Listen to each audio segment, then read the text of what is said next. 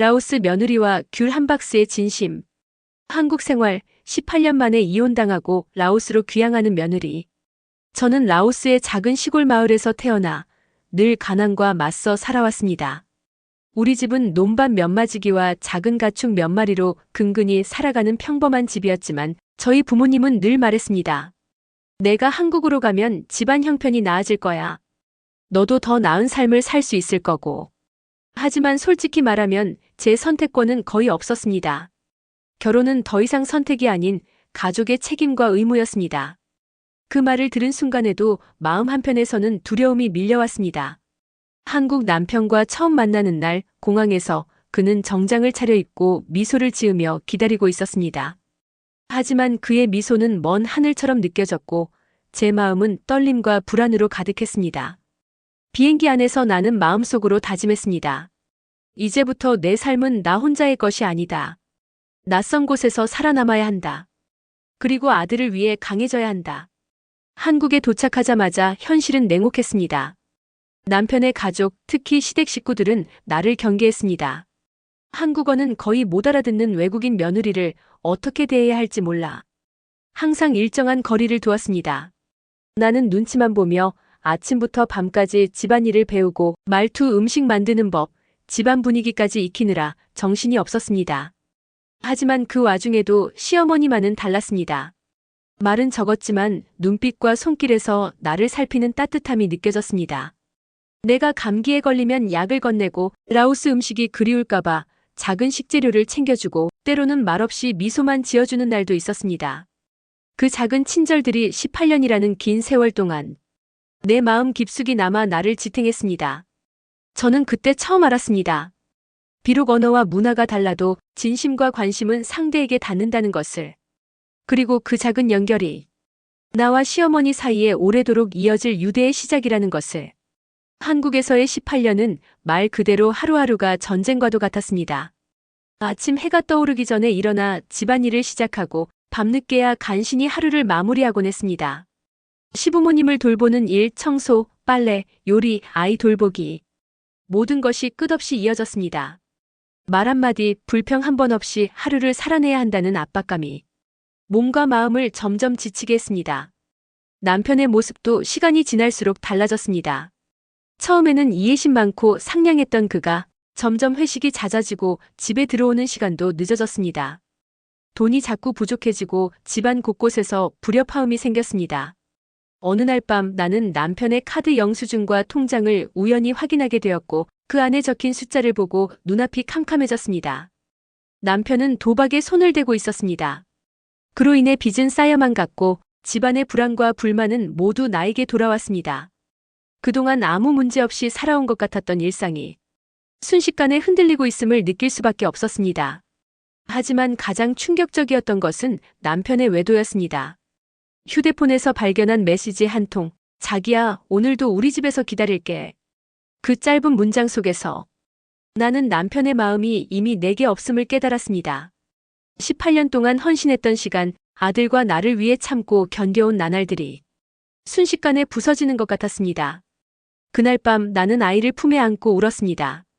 말없이 흐르는 눈물 속에서 나는 나 자신에게 다짐했습니다. 이제 더 이상 혼자가 아니다. 내 아이와 나를 지켜야 한다. 그리고 내 마음을 지켜줄 사람이 필요하다. 시어머니는 언제나처럼 말은 적었습니다. 하지만 눈빛에서 그날 처음으로 단호함을 느꼈습니다. 그녀가 내 편에 서주겠다는 의지가 전해졌고 그 믿음이 나를 조금이나마 위로했습니다. 그러나 현실은 냉정했습니다. 남편의 태도, 주변 시댁 사람들의 시선, 그리고 한국 사회에서 외국인 여성으로서의 한계까지 모든 것이 나를 압박했습니다. 하지만 나는 알았습니다. 이 혼란 속에서 살아남기 위해서는 무엇보다도 마음의 중심을 잡아야 한다는 것을. 그렇게 18년이라는 시간 동안 쌓인 상처와 남편의 배신에 대한 분노가 내 안에서 한꺼번에 폭발하려 했지만 나는 시어머니의 눈빛을 떠올리며 참았습니다. 그녀가 내 곁에서 지켜주고 있다는 사실이 나에게는 단 하나의 희망이자 버팀목이었습니다. 그리고 마음속으로 다짐했습니다. 언젠가는 우리 아들과 함께 새로운 삶을 살 거야. 그날이 오면 나는 자유로울 거야. 남편의 외도와 도박은 시간이 지날수록 현실이 되었습니다. 어느 날 나는 숨겨둔 그의 메시지를 우연히 발견했습니다. 자기야, 오늘도 우리 집에서 기다릴게. 손이 떨리며 휴대폰을 떨어뜨릴 뻔했지만 나는 그 사실을 애써 외면하려 했습니다. 하지만 마음 한켠에서는 이미 알고 있었습니다.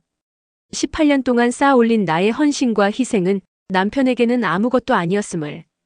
그는 결국 상간녀와 함께 딴 집 살림을 차렸습니다. 처음에는 분노와 슬픔이 교차했습니다. 내가 버티고 살아온 18년은 단지 남편이 마음 편히 다른 삶을 살 수 있는 발판이었던가 하는 생각에 눈물이 멈추지 않았습니다. 하지만 그때 시어머니가 내 곁에 다가왔습니다. 그동안 늘 무뚝뚝하고 냉정하게만 보였던 그녀가 이날만큼은 단호하게 말했습니다. 내가 잘못한 게 아니야. 이혼을 하겠다면 내가 다 도와주마. 나는 충격과 동시에 위로를 느꼈습니다. 18년 동안 단 한 번도 보호받는다고 느끼지 못했던 내가 마침내 시어머니의 보호를 받게 된 것입니다. 그녀는 남편 편이 아니라 흔들림 없이 나를 지켜주겠다고 말했습니다. 이혼 절차는 결코 쉽지 않았습니다. 남편은 내 탓을 하며 재산을 요구하고 아이 양육권을 놓고 협박까지 했습니다. 하지만 시어머니는 흔들림 없이 나를 지켜주셨습니다. 법적 절차와 서류, 증인 역할까지 도맡아 나는 점차 마음의 안정과 용기를 얻기 시작했습니다. 그때 나는 처음으로 깨달았습니다. 시어머니는 나를 이해하고 있었고 오랫동안 나를 지켜보며 마음속으로 응원하고 있었다는 것을. 그녀의 선택은 단순한 동정이 아니었습니다. 진심으로 나와 손자를 보호하고자 하는 사랑이었습니다. 그날 밤 나는 아들을 품에 안고 속삭였습니다. 아들아, 이제 우리 둘이 힘을 합쳐 살아가자. 더 이상 누구의 잘못도 우리가 혼자 짊어지지 않아도 돼. 아들은 작은 손으로 내 손을 꼭 잡았고 나는 그 따뜻한 체온에서 용기와 희망을 느꼈습니다. 그때부터 나는 마음속으로 결심했습니다. 언젠가 반드시 아들과 함께 새로운 삶을 시작할 거야. 그리고 이 고통의 시간을 잊지 않고 더 나은 미래를 만들어야 한다. 18년간의 눈물과 고통, 헌신과 배신의 기억은 이제 새로운 삶을 향한 발판이 되었습니다. 시어머니의 든든한 지원과 내 안의 결의가 함께 앞으로의 길을 밝혀주고 있었던 것입니다. 이혼 과정은 생각보다 훨씬 험난했습니다. 남편은 자신의 잘못을 부인하며 모든 책임을 나에게 떠넘기려 했습니다. 너 때문이야. 내가 더 참았어야지. 그 말들은 날카로운 칼날처럼 마음을 찔렀지만 나는 시어머니의 얼굴을 떠올리며 버텼습니다. 그녀는 언제나 단호했고 흔들림이 없었습니다. 법정에서도 집안 모임에서도 남편의 변명과 협박을 묵묵히 막아주셨습니다. 그 모습을 보며 나는 깨달았습니다. 이 사람은 내 편이야. 단호하고 냉정하게 나를 지켜줄 사람이 있어. 이제 혼자가 아니야. 시어머니는 내 법적 절차뿐 아니라 아들을 어떻게 양육할지, 재산 분할은 어떻게 할지까지 하나하나 꼼꼼히 챙겨주셨습니다. 전화로 직접 만나서 서류를 준비하며 단호하게 내 편을 지켜주는 모습 속에서 나는 마음 깊이 감사를 느꼈습니다. 그녀의 행동을 보며 나는 다시 한번 깨달았습니다. 그동안 그녀가 무심한 듯 보였던 이유는 나를 믿고 지켜보기 위한 시간이었다는 것을 말로 표현하지 않아도 눈빛과 행동으로 나를 보호하고 응원해왔다는 것을. 이혼 절차가 길어지면서 마음은 지쳐갔지만 나는 아들의 얼굴을 보며 다시 힘을 냈습니다. 아들은 아직 어린 13살이었지만 날마다 조금씩 성장하며 나에게 의지와 용기를 주었습니다. 엄마, 우리 힘내자. 작은 그 한마디가 내 마음속 깊은 곳에 울림을 주었습니다. 시어머니의 결단 덕분에 나는 이제 아들과 함께 새 출발을 준비할 수 있게 되었습니다. 집을 정리하고 짐을 싸고 라오스로 돌아갈 준비를 하면서 나는 마음속으로 결심했습니다. 이제부터는 나와 아들의 삶을 위해 살아야 한다. 남편의 과거는 뒤로하고 새로운 삶을 시작하자. 그 결심은 단순한 다짐이 아니었습니다. 오랜 세월 쌓인 상처와 배신 속에서 나는 다시 한번 희망을 발견하고 있었고 그 희망은 아들과 함께 살아갈 미래에 대한 기대와 연결되어 있었습니다. 시어머니는 마지막으로 내 손을 꼭 잡으며 잘 살아라. 그리고 아들 잘 키워라. 라고 말씀하셨습니다. 그 순간 나는 눈물이 터져 나왔지만 그 눈물 속에는 슬픔뿐 아니라 감사와 결의가 함께 섞여 있었습니다. 이제 나는 알았습니다. 18년 동안의 고통과 희생이 헛되지 않았음을. 그리고 시어머니의 든든한 지지가 내 삶과 아들의 삶을 지탱해주고 있음을. 이혼 후 나는 아들을 품에 안고 새로운 삶을 꿈꾸며 라오스로 돌아갈 준비를 했습니다. 18년이라는 긴 시간 동안 쌓인 상처와 고통, 배신과 눈물은 여전히 마음속에 남아 있었지만 그보다 더 강하게 밀려오는 것은 자유와 새로운 시작에 대한 기대였습니다. 공항으로 향하는 길, 나는 짐을 정리하면서 시어머니의 얼굴을 떠올렸습니다. 그녀는 여전히 무뚝뚝하게 보였지만 내게 내민 손길과 눈빛에는 따뜻함과 사랑이 담겨 있었습니다. 그녀가 내 손에 쥐어준 귤 한 박스를 바라보며 나는 솔직히 마음속으로 실망했습니다. 18년 동안 내 헌신과 고생의 대가가 고작 귤 한 박스라니. 하지만 공항에서 아들과 함께 귤 박스를 끌고 라오스로 향하는 비행기 안에서 나는 마음속으로 다짐했습니다.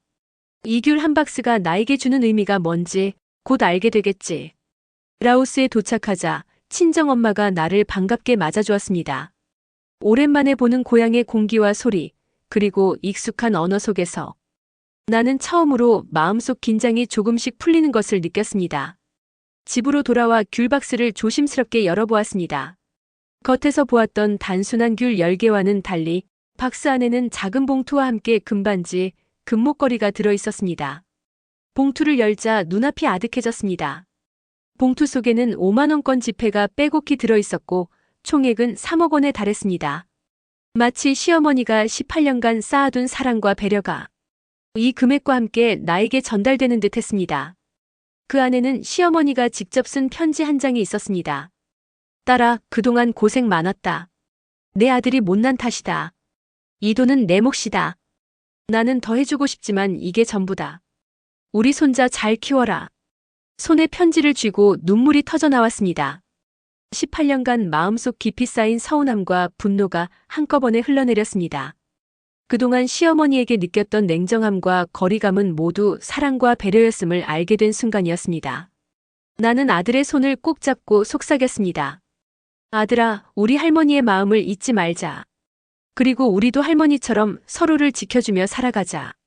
그날 밤 나는 귤박스 속의 물건을 바라보며 단순한 금액이나 물질적 가치가 아니라 시어머니의 진심과 사랑을 느꼈습니다. 그녀는 말로 표현하지 않았지만 결코 우리를 포기하지 않았음을 보여주고 있었던 것입니다. 이제 나는 결심했습니다. 18년간의 고생과 눈물, 헌신의 대가가 이 작은 박스와 편지에 담긴 사랑과 지혜로 완전히 보상받았음을. 그리고 이제 아들과 나는 새로운 삶을, 자유롭고 행복한 삶을 시작할 준비가 되었음을. 라오스 친정으로 돌아온 날, 공기는 달콤하고 익숙한 향기로 가득했습니다. 아이의 손을 꼭 잡고 길을 걷는 내 마음에는 낯선 땅에서의 두려움 대신 희망과 기대가 차올랐습니다. 친정엄마는 내 귀향을 기뻐하며 손수 음식을 차려주셨습니다. 18년 만에 보는 엄마의 얼굴은 세월이 지나도 여전히 따뜻했고 나는 그 품에 안기며 처음으로 마음속 깊이 안도감을 느꼈습니다. 아들은 어리지만 한국에서 배운 것들을 자연스럽게 이야기하며 친정엄마에게 자신을 소개하는 모습을 보였습니다. 나는 속으로 미소 지으며 생각했습니다. 이제 우리 셋 진짜 가족으로 살아갈 수 있겠구나. 며칠 후 나는 친정엄마와 상의해 작은 식당을 열기로 했습니다. 식당은 오래된 건물을 개조한 것이었지만 나는 한국에서 배운 요리 기술과 라오스 전통 레시피를 결합해 특별한 메뉴를 만들 수 있었습니다. 처음에는 걱정도 많았습니다. 외국인으로서 이혼 여성으로서 혼자서 사업을 시작한다는 것은 쉬운 일이 아니었기 때문입니다. 하지만 아들과 엄마가 함께 도와주며 하루하루 조금씩 자리를 잡아가자 나는 점점 자신감을 되찾기 시작했습니다. 손님이 한 명씩 들어올 때마다 아들은 밝게 인사를 하고 나를 도와 테이블을 닦았습니다. 그 모습에서 나는 다시 한번 결심했습니다. 아들을 잘 키우고 새로운 삶을 만들어야 한다.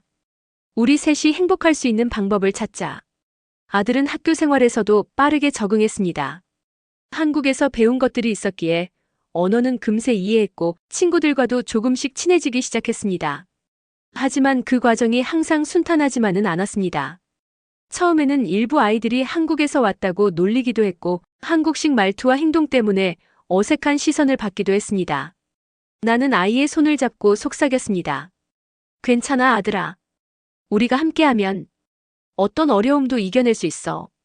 그날 밤 아들은 내 품에 안겨 잠들며 속삭였습니다. 엄마, 나 이제 여기서 행복할 수 있을 것 같아요. 나는 눈물을 참으며 아들을 꼭 끌어안았습니다. 18년간의 고통과 이별 그리고 배신의 시간을 지나 마침내 우리는 새로운 삶을 시작할 수 있다는 사실이 믿기지 않았습니다. 식당이 조금씩 자리를 잡아가면서 나는 비로소 마음속 깊이 자유를 느꼈습니다.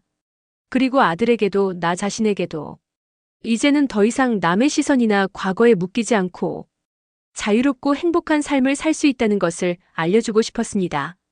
그때 나는 시어머니가 준 귤박스와 편지를 떠올렸습니다. 그 안에 담긴 금전과 물질 이상의 의미, 진심 어린 사랑과 응원이 바로 우리 삶의 발판이 되었음을 나는 다시 한번 마음속으로 깊이 감사했습니다. 시간은 참 빠르게 흘러갔습니다. 아들과 나는 라오스에서 새로운 삶을 살아가며 매일의 일과 속에서 행복을 찾아가고 있었습니다.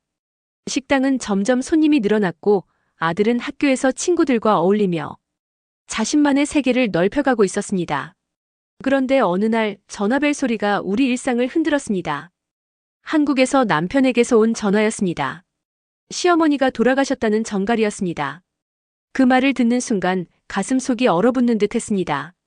18년 전 나를 보호해주고 지켜주셨던 그분이 이제 더 이상 우리 곁에 없다는 사실이 믿기지 않았습니다. 하지만 여러 가지 이유로 나는 장례식에 갈 수 없었습니다. 아들의 학교와 식당, 그리고 우리의 새로 시작한 삶을 생각하면 즉시 떠날 수 없었습니다. 눈앞이 흐려지고 마음속 깊은 슬픔이 밀려왔지만 나는 아들을 꼭 끌어안으며 속삭였습니다. 아들아, 할머니는 항상 우리 마음속에 계셔. 언젠가 우리가 함께 한국에 가서 할머니께 인사를 드릴 거야. 시간이 지나면서 나는 마음속으로 장례식에 가지 못한 죄책감과 슬픔을 조금씩 정리할 수 있었습니다. 아들은 아직 어렸지만 이 모든 상황을 이해하며 나를 위로해주려 애쓰는 모습이었습니다. 그때 나는 깨달았습니다. 우리가 할 수 있는 최선은 살아남아 서로를 지켜주고 새로운 삶을 이어가는 것이다. 몇 년이 지나고 나는 아들과 함께 한국행 비행기를 탔습니다. 비행기 안에서 아들은 설레는 눈빛으로 창밖을 바라보았고 나는 그 옆에서 마음속으로 다짐했습니다. 이번에는 반드시 할머니께 우리의 감사와 사랑을 전할 거야. 한국에 도착하자 나는 아들과 함께 시어머니 묘소로 향했습니다. 묘소 앞에 서니 지난 18년 동안의 기억들이 한꺼번에 떠올랐습니다. 시어머니의 단호한 눈빛, 따뜻한 손길, 그리고 귤 한 박스에 담긴 진심. 모든 것이 눈앞에 선명하게 떠올라 마음속에서 울림을 주었습니다. 나는 아들과 함께 묘소 앞에 무릎을 꿇고 속삭였습니다. 할머니, 그동안 저희를 지켜주셔서 감사합니다. 이제 저희도 서로를 지키며 살겠습니다. 매년 꼭 이곳에 와서 인사드릴 것을 약속드립니다. 아들은 작은 손으로 내 손을 꼭 잡고 진지한 표정으로 고개를 끄덕였습니다. 그 순간 나는 지난 18년간의 고통과 눈물이 마침내 완전히 새로운 의미를 갖게 되었음을 느꼈습니다. 사랑과 헌신은 결코 사라지지 않고 우리 삶 속에서 이어진다는 것을 깨달았습니다. 묘소 앞에서 나는 다시 한번 결심했습니다. 할머니께 배운 사랑과 지혜를 잊지 않고 아들과 함께 이 삶을 지켜나가자. 그 결심 속에서 나는 눈물이 아닌 감사와 다짐의 눈물을 흘렸습니다. 18년간의 고난과 시련이 이제는 우리에게 새 삶과 희망으로 돌아왔음을 깊이 느꼈습니다. 묘소 앞에 서서 시어머니를 생각할 때 지난 18년 동안의 시간들이 머릿속을 스쳐 지나갔습니다. 처음 한국에 와서 낯선 환경 속에서 고생하던 날들, 남편의 배신과 이혼 과정, 라오스 친정에서의 새로운 삶과 아들의 성장까지 모든 기억이 이제는 눈물이 아닌 감사와 다짐으로 바뀌어 있었습니다. 시어머니의 냉정한 듯한 단호함과 그러면서도 귤 한 박스에 담긴 사랑과 배려가 내 마음속 깊이 새겨져 있었기 때문입니다. 아들은 내 손을 꼭 잡고 묘소 앞에 무릎을 꿇었습니다. 엄마, 우리 약속해요.